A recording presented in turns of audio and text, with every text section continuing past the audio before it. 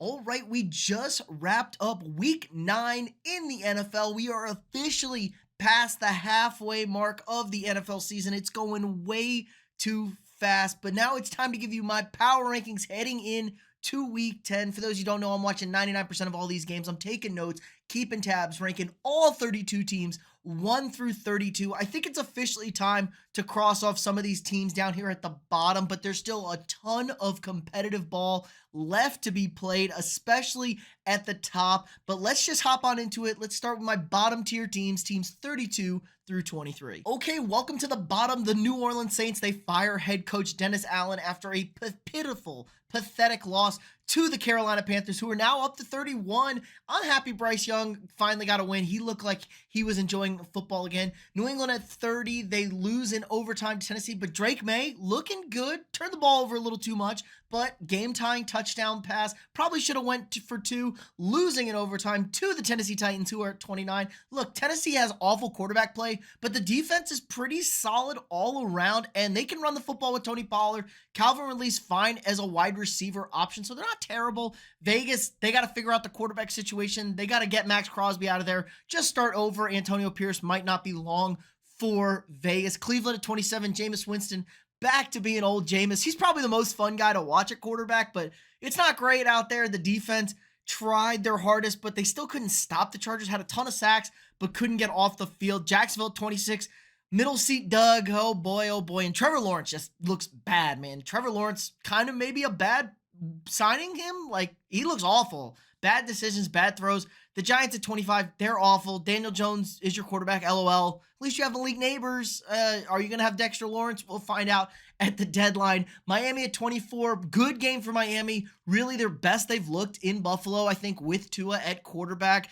but still wasn't enough. I think they're going to maybe pick up a couple other wins here, but it's just not a great team all around. And at 23, Dallas, Dak now out for a couple of weeks. Not like he was making much of a difference with his $60 million a year salary. CeeDee Lamb's banged up. The defense is atrocious. The offensive line isn't really good. Struggling to run the ball, and you have a lame duck head coach who is not going to be re-signed after the season. But let's move on. Let's get to our middle tier teams jogging for position, still totally alive. I think most of these teams are still technically alive, fighting for that wild card spot or even a division or two in there, teams 22 through 16. Okay, I got the Colts at 22. Joe Flacco was not really the answer for the Colts on offense. I mean, their worst offensive performance, they scored 6 points and really only 3 points in garbage time were what the Colts could manage there. Just not great all around. Defense looked a little bit better, but still 21 points in the second half given up to the Vikings. The Jets get a massive win, keep their season alive on Thursday against the Texans.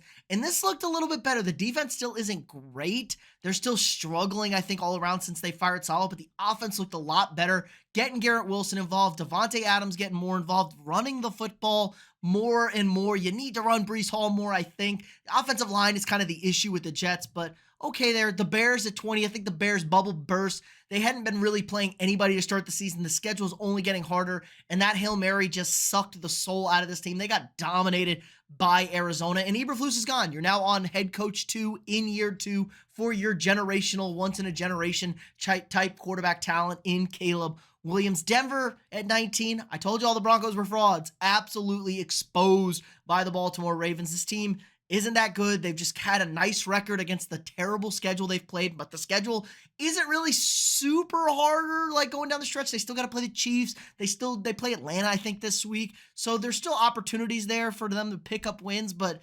5-4 is way overvalued what I think the overall talent of this team is. Cincinnati hanging around, man. Cincinnati, don't look now, but they could find themselves right back into that wild card mix. Joe Burrow throws for 5 touchdowns. Defense isn't great. I think, when the offense plays really good, the defense gives up a ton of points. And when the defense plays good, the offense kind of struggles. No T. Higgins again. Got to get this team healthy. Let's figure out what we're going to do. Chase Brown kind of had a really nice day, and it looks like he's going to be the back now with Moss going down. So Seattle's always a team to watch, or Cincy's always a team to watch. Seattle at 17 here. The Seahawks, kind of, like I said, they're kind of the barometer of the NFL. If you're a good team, you're going to beat the Seahawks. If you're a bad team, you're going to lose to the Seahawks. Way too many turnovers for Geno. I mean, they should have won this Rams game, but they just turned it over way too much. The defense was good in the first half, not as good in the second half. Give up that long touchdown in overtime. And 16, Tampa Bay, this kind of hurt a little bit. I think Tampa Bay surprised me a little bit down the stretch in this game, but it feels like, they're just missing this guys that they need at wide receiver. No Mike Evans, no Chris Godwin. They're kind of up against it, but the role guys are playing better. They ran the ball okay, and they actually got the game-tying score against the Chiefs, but horrible coaching decision by Todd Bowles, not going for two there. You got to take the win, try for it on the road. They never touch the ball again. Defense gets worn down. So Tampa Bay at 16, but let's get to it. What you guys came here for, my top 15 teams. Okay, at 15, I got the Rams. Look, the Rams are coming along. Couple of wins, 3 wins in a row now for the LA Rams, looking really strong with Cooper Kupp back. Puka Nacua was back for a quarter and change before he got thrown out in maybe the softest ejection we've seen in a long time. But with Stafford going, Kyren Williams kind of chugging out yards, didn't score, which he normally does, and the defense has been playing a lot better over the last few weeks. They're starting to come together. Jared Verse has been a home run pick in the draft. He is wreaking havoc on the team's backfields. They're doing good job forcing turnovers, getting to the quarterback, and Stafford with Cooper Kupp, with Puka Nacua. I mean, this is a very, very dangerous football team. The reshuffled offensive line has been playing a lot better over the last few weeks. The protection is definitely improving because it was a total sieve back there, but now it's doing all right. So I'm thinking the Rams have a real chance here. They're in 3rd place, I think, in the division. They might still be in 4th technically on tiebreakers or whatever, but they have Arizona still in LA. They still got to play the 49ers again. So there's a lot to go into the Rams season. I think this is a very, very dangerous football team. But at 14, I got to give credit where credit is due. The Arizona Cardinals sitting at 5-4 here. Nice win against the Chicago Bears. And this team is really coming along nicely. If you look at who the Cardinals have beat, they've beaten all bad teams. And if you look at who they lost to, they've only lost to good teams, man. They've lost to the Bills. They've lost to the Lions. They've lost to the Packers. They've lost to really good football teams. So I think the Cardinals are kind of going to be in this competitive range here. And the schedule is very, very favorable overall, I would say. They still have to go to the Vikings. That's probably one of the tougher games they have remaining, but they got the Rams, who they already blew out. They've already beaten the 49ers in San Francisco. This is a very solid football team. The offense is working. They can run the football at a very high rate to large success. We got to see a little bit more of the passing game. Get it more to Big Bride. Get it more to Marvin Harrison Jr. And we know what this defense is. It's doing much better. It's not the most talented group in the world, but they're playing hard. The scheme Jonathan Gannon is drawing up is really, really nice. So I think this team's coming along nicely, and I think it's going to be a tough out against the Cardinals each and every week. Maybe they're a slightly better version of the Seahawks. If you're a really good team, you're going to beat the Cardinals. But if you're a good, okay to mediocre team, you're in real trouble. This is a team that's going to give you a lot of fits, especially if they keep playing defense at this high of a level. So Cardinals here at 14. Okay, at 13, I got the Chargers. But wait, I thought the Cardinals beat the Chargers. But I don't know how that game ever ended up that way. But yeah, the Chargers are playing so much better the last few weeks. Once they've gotten some wide receiver help back for them, Herbert has been lighting it up. Over 280 yards each of the last 2 weeks, throwing a couple of touchdowns this week. J.K. Dobbins adds a pair on the ground as well. But the defense is the real story with this team. This was a terrible defensive unit last year under Brandon Staley. And Jim Harbaugh, without really changing too many pieces out there, has upgraded it massively. This is a lights out unit for the Chargers. They are stopping teams. They are playing smash mouth, run the football, take care of the football, hit the big plays when they are there. I wish there was one more receiver on this team. I like Ladd McConkey. I like Quentin Johnson. I like Josh Palmer getting back out there. Maybe a tight end would help a little bit, but they're running the ball well with J.K. Dobbins, playing great defense, and they're getting after opposing teams' quarterbacks. Khalil Mack looks like he's drinking from the fountain of youth again. He looked awesome against Cleveland. So Chargers, another team that's just you're going to hate to play this team each and every week because Jim Harbaugh just always finds a way to instantly turn teams around and instantly make them playoff squads. Okay, I'm going to keep San Francisco here at 12 on a bye this week. They need to get healthier. We know they lost Brandon Ayuk for the season. They got to get Jawan Jennings back out there. Debo's been banged up. Kittle's been banged up. But lo and behold, here comes CMC. Christian McCaffrey in his practice window is trending towards playing this weekend against the Buccaneers, I believe. So here come the Chargers, or here come the Niners. This is it. This is the time for San Francisco. They're getting healthier. We know what this team has the capability of doing. The defense needs to be a little bit better. They need to rush the passer, I think, at a little bit more higher of a rate. We're kind of seeing it dip compared to last year, and the secondary just isn't quite as good. But you have the best linebacker in football with Fred Warner. You're not going to get Greenlaw back. Maybe, I mean, I would say it's a real long shot. That's also kind of hurting them. But if you can get CMC back, you have enough weapons on this offense. You can get Brock Purdy, who I thought has played well most of the season. He had a couple of real stinkers out there, but he's also played really well without the weapons around him. If we can get these pieces all back together, we know how dangerous this San Francisco team is. And they're right there. Like I said, the Cardinals are in first place in this division at just 5-4. So there's no wide gap. Nobody's running away with this thing. It should be really interesting to see what the Niners are going to look like moving forward. Okay, down to 11, I got the Texans here. Look, the Texans are just so banged up on offense. Stephon Diggs is out for the season. You got to get Nico Collins back. You're relying on Joe Mixon, and Tank Dell just really isn't that kind of receiver. They're Dalton Schultz, your tight end. You're not using him enough. But the real problem with this team is the offensive line. The offensive line is really, really bad. They're great at run blocking. They are easily like a top 5 run blocking line, and they are easily a bottom 5 pass protection line. Like CJ Stroud's got no time back there. You're also getting a little bit more turnovers because CJ is getting more aggressive with the football, which you want to see. He's a second-year quarterback. He's taking a little bit more risk trying to make bigger and better throws. So with the positives come some negatives. You got to get some of that stuff figured out. This defensive unit is okay. They rush the passer really well, but the secondary gets beat a lot. There's not a lot of guys back there that can get big-time stocks or go one-on-one with top-tier wide receivers. So overall, I think there are some real flaws with this Texans team, but they were way ahead of schedule last year. They're year 2 with this like setup here,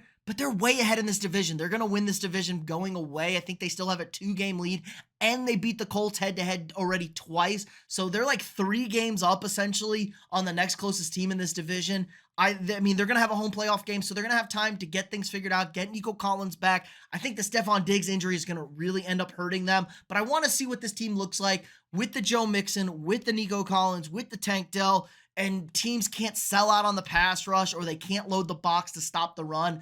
And maybe you build leads, you let your pass rush go to work, but I think this team's going to figure some things out, but for right now, they just got to get healthier. Okay, at 10, I got the Pittsburgh Steelers. Pittsburgh also on a bye this week, but man, since they put in Russell Wilson into the lineup, this offense has really improved. We got the running the football like they always have, but you added the one-on-one moonshots with Russell back there at quarterback, and it just works with these receivers. It's just kind of how they like it. You got George Pickens, you got Calvin Austin. Russell will throw the check down to Pat Freiermuth, and the defense, they're getting much needed rest. The offense is able to consistently pick up first downs, maintain possession of the ball, and then the defense is fresh to go wreak havoc on teams, and that's what Pittsburgh's D does, man. This is one of the best defensive units in football. They got elite guys at every single level. They're playing great. I mean, Mike Tomlin's just got to be ecstatic, the kind of team he now has on the offense and the defense. This is such a tough division, though, but they're hanging in there. I think Pittsburgh's schedule is about to become the gauntlet. Let's see what they can do down the stretch here, but I do like the way they are trending, particularly with Russell at quarterback.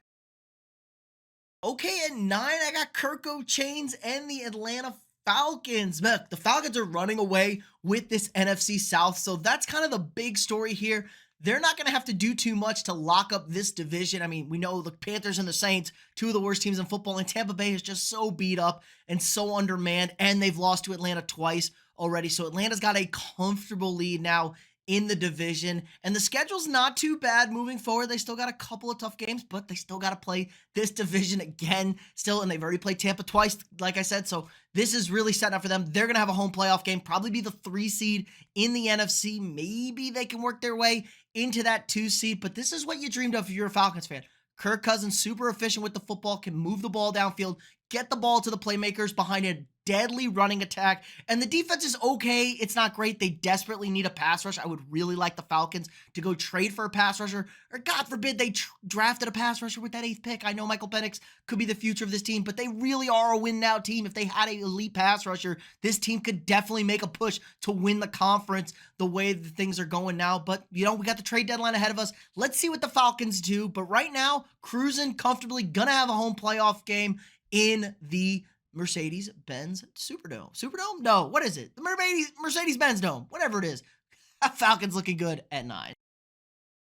All right, the Eagles at 8. Man, the Eagles are just, oh God, they're so frustrating to watch. What is wrong with the Eagles? Nick Sirianni is the biggest cheeseball head coach. I can't stand him, man. It just drives me nuts. They're going for 2-point conversions for no reason. They almost throw that game away to the Jaguars, but the talent on this team really just, it really just is a different level. First of all, you can't run the ball against the Eagles defense. Now, the secondary's been playing a lot better than what it had been the last few weeks, but that is the weak part of this defense. They shut down the run. They do a good job at getting after quarterbacks as well, but the secondary is just, it is what it is at this point. But the offense is the key here. Saquon Barkley is an absolute monster. The best free agent sign. Him and Derrick Henry, man. What signings are those two? And, running backs are dead, I was told. You got Barkley jumping over people, hurdling people backwards. Like, what an insane athlete he is. But the offense kind of started struggling once A.J. Brown went down with a knee injury, and we saw that. He missed some time early in the season, and that's when the Eagles were also struggling. So once A.J. Brown goes down, this offense kind of gets a little too pedestrian. They're too reliant on the run. They don't get the ball to Devontae Smith, even though he had an unbelievable touchdown grab again. Too much of this tush-push nonsense. I just kind of hate Sirianni. Can we fire Sirianni after a win? Just plug in Belichick, man. Belichick will just fix all these little stupid things right. You can keep running the system. Like, I think Kellen Moore's doing a really good job calling plays with them. You just need attention to detail and none of this nonsense. Otherwise, the Eagles would be way higher on this list. I think that's going to ultimately be their downfall. But hey, it was good enough to get to a Super Bowl and almost take down the Chiefs. So maybe they can find that again. But I need to keep seeing it. More consistency from the Eagles. But great job right now sitting at 6-2.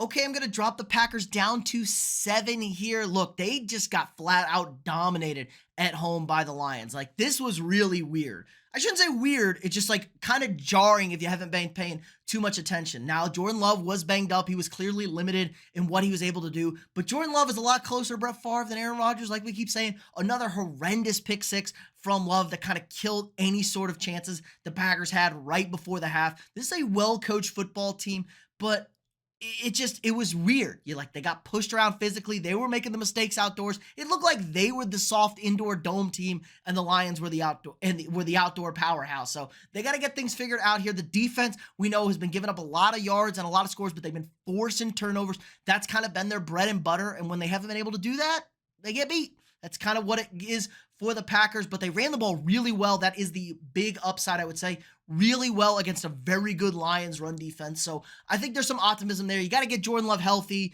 I feels like the Packers receivers are good, but not great. They're all kind of good 1B, 1C guys, not really 1A dogs out there for them at wide receivers. I like Tucker Kraft at tight end, but this is a well-coached football team. They're in good shapes, but the problem is probably not going to win the division. Going to have to go on the road for the playoffs. So let's see where it's going for the Packers. Okay, I'm going to keep my Vikings here at 6. Like, ugly first half against the Indianapolis Colts. Too many mistakes, too many turnovers now. Sam Darnold got hit in the head. Should have been roughing the passer for that one score. But the defense, major bounce back there. Shut down the Colts offense. They were putting Joe Flacco under duress, forcing turnovers throughout the night. And the offense had a really good second half. Aaron Jones ran the ball effectively, picked up first downs, and they had a dog drive. Had a chance to put the game away. Went down the field, got a touchdown, put the game away, which we've kind of missed from the Vikings this season. Like, they've settled for field goals, kind of left the door a little bit open some of the time, but this was a big bounce back, especially that second half, 21 points in that second half. Got to cut down on the Darnold interceptions. He takes way too many sacks as well, and he goes backwards on those sacks. He just retreats. Can't do that moving forward, but the Vikings are in a soft part of their schedule now. Potentially, they're at the Jaguars, at the Titans, at the Bears for the next 3. So this will really tell you how for real the Vikings are. But at 6-2, they're sitting in a good spot in the wild card. But again, the problem is there are 2 other great teams in this division that tops this list. So Vikings here at 6 for now. Nice bounce back win for them.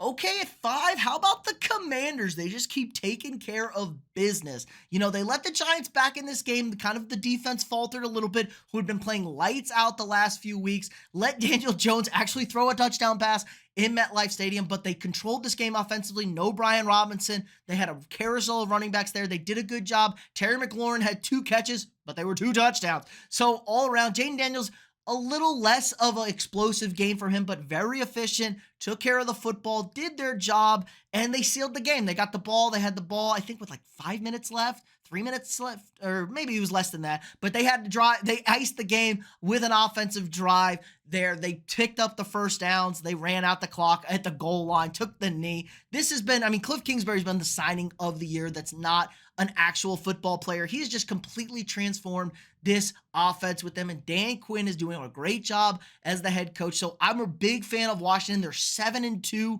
The schedule is very favorable. The division's nothing crazy. The Cowboys are trash. The Giants are trash. So you got to worry about the Eagles. But man, another team way ahead of schedule. And I'm a full believer in the Commanders. The defense is only going to get better. The offense is only going to improve mightily. Let's just hope we can keep them all healthy. Okay, I got the Ravens here at 4, and I wish so much. I want to put the Ravens at like 2, 3, 1. I don't know, but the Ravens just always do something stupid. But this was the Ravens team that I like. This is them, man. 41-10 beatdown of the Denver Broncos. A much improved performance from their defense. They did not give up anything. The one touchdown for Denver was on a trick play, and Bo Nix kind of just bodied the corner because he's a big man at quarterback. But other than that, this was a lights out performance. It was a little close in the first half, kind of hanging around, but pounded the rock with Derrick Henry. Zay Flowers has been a monster the last month or so, like 100 yards in 4 out of the last 5 games, and he got hurt in the one game in the middle there, and he just really wasn't the same. He was set to have a good game. It looked like he got hurt early in that game, but this team is humming. Lamar Jackson has been out of his mind. Fewest games to 20 passing touchdowns and 500 yards rushing. Most games in NFL history with a perfect passer rating. Like, you just can't say enough good things about Lamar. He's been so good this year. I think losing the weight, his health, he's moving a lot more shiftier in the pocket. He's leaner, he's lighter, he's more explosive out there. But we know what this Ravens flaw is. Like, the Ravens just, they let teams in, they do stupid stuff, teams come back on them, and they lose these games that they shouldn't lose. But that's kind of ultimately their flaw, and what the Ravens are ultimately going to be judged by is what they do in the postseason. But the division is super tight right now. It's super competitive. So they're going to be battle tested heading into that postseason. And maybe they learned from last year's AFC Championship game. The Ravens, on their best day, might be the best football team in this league. Okay, sticking at 3 with the Buffalo Bills. The Bills have been lights out. They started out quick, had a couple of losses there, but have been rolling ever since. And look, Miami was due for a good game in Buffalo, but they pretty much just locked up this division now, have beaten the Dolphins twice, even though, are the Jets? The Jets are in third, I think, or second now. Who knows? This division is trash. The Bills have a real serious shot at locking up this division early, potentially trying to get that 1 seed in the AFC. But man, when things are going good on this offense, it is lights out. No, we need to get Mari Cooper in there. He didn't play this week. We want to see more running with James Cook. It's kind of been inefficient the last few weeks, but Ray Davis was awesome. Had a big 60-yard swing pass that he took to the house. So if we can get a 2-headed backfield rolling with the Bills, I mean, this game really shouldn't have been that close. The Bills could have put this game away early. There were a couple of suspect penalties called back. A nice long touchdown run by Josh Allen early. It's like, oh, they're going to keep the Dolphins around, always some suspect stuff there, but they give up the score late to the Dolphins. Defense kind of struggled today, but that happens in the division. But really, the huge drive at the end of the game, get into field goal range, and Tyler Bass, I think he needed that more than anybody. He missed that big kick last year against Kansas City. He goes and bangs a 61-yarder to give the Bills the win, avoid the overtime. So really nice win for the Bills. They're locking this bad boy up. And Josh Allen, another guy who's just been absolutely lights out this season. Might be Josh Allen's MVP because he doesn't have one on the trophy mantle yet. But man, what an unbelievable performance from him. And like, if you got Josh Allen, you got a guy like him, you got a guy like Lamar Jackson, any Sunday, your team could be walking away with a dub. So Bills here at number 3. Okay, this was probably the hardest decision I had to make on the list. I'm gonna keep the Lions here at 2, just too much respect for the team we're having at number one. But the Lions looked great this weekend at the Packers. Horrible conditions. One of their few, like the Lions only played 2 outdoor games this year, and this was one of them. And it was horrible conditions. Oh man, here we go. We know Jared Goff's numbers outdoors. We know what this could mean. And the Lions looked bigger, faster, stronger, more physical than the Green Bay Packers. The elements didn't bother them. They caught the football, didn't have a lot of drops, were forcing the issue. They looked great. Goff, very efficient once again. I think he was like 15 to 18, something like that. You know, a couple of touchdowns there. Amon-Ra raking in the celebrations. This is just a great football team, man. The Lions are as good as anybody out there, and they keep proving themselves week in and week out. And I think they figured it out. They had that weird loss early in the season to Tampa Bay. Goff threw the ball like 50 times in that game. You can't do that. Goff needs to sit in that 18 to 22 range if they want to be successful. They have a two-headed monster in the backfield.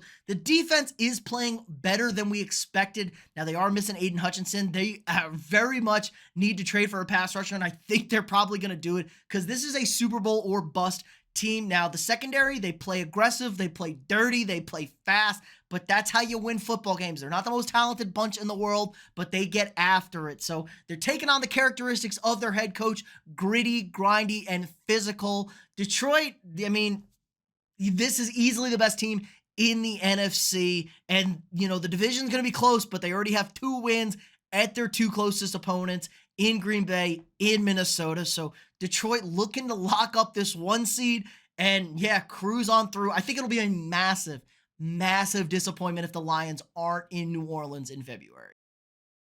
And finally, this is purely a respect thing, but I can't say purely because this team has looked really good this season. The Kansas City Chiefs, they are 8-0, undefeated, the only remaining unbeaten. Take care of business in overtime against the Buccaneers, and it doesn't really matter who's out there. Plug and play, we just figured out the conditions weren't great. DeAndre Hopkins has a pair of scores today. He was big time. It's just nice to have a guy like DeAndre Hopkins out there. They're, you know, that's what they need to get Juju back. They need to get Isaiah Pacheco back, but they're making it work. Andy Reid, Patrick Mahomes, they just make it work. Now, the biggest concern for me was the defense. The defense finally broke. This is a bend-don't-break defense. They seem to always consistently get a stop. They've been one of the best units in football this year, and that's kind of been the big thing. Spags and them always get a stop when they need to get a stop, and the Chiefs win. They didn't get that stop tonight, and they got really lucky. Todd Bowles made a goofy head coaching decision not to go for 2 in overtime. So there obviously are red flags with the Chiefs. Are the Chiefs going to go 17-0? Absolutely not. But when you're the back-to-back Super Bowl champions and you haven't lost a game halfway through the season, you're pretty much a lock for the playoffs now. They're going to win their division again in a really strong standing to get home field advantage. They still got to play the Buffalo Bills, though. If you beat the Bills, you're almost a lock to be the number 1 seed in the AFC. Not that it necessarily matters for the Chiefs, but for right now, Chiefs at number 1. Let me know what you guys think in the comments below. Who am I too high on? Who am I too low on? Let's go back and forth. I love debating with you guys in the comments. If you haven't already, drop a quick like on this video, hit that thumbs up, subscribe to the channel. We got new sports content for you guys every single day. If you want to support the channel more, sign up for a channel membership. You get all sorts of access to cool and exclusive perks, things for the live streams out there. If you want to check out your team live and in person, go to a game, head on over to SeatGeek.com. Use code AfterTheReview for $20 off. That's SeatGeek.com, code AfterTheReview for $20 off your first purchase. Again, like, subscribe, and share, and I'll see y'all tomorrow.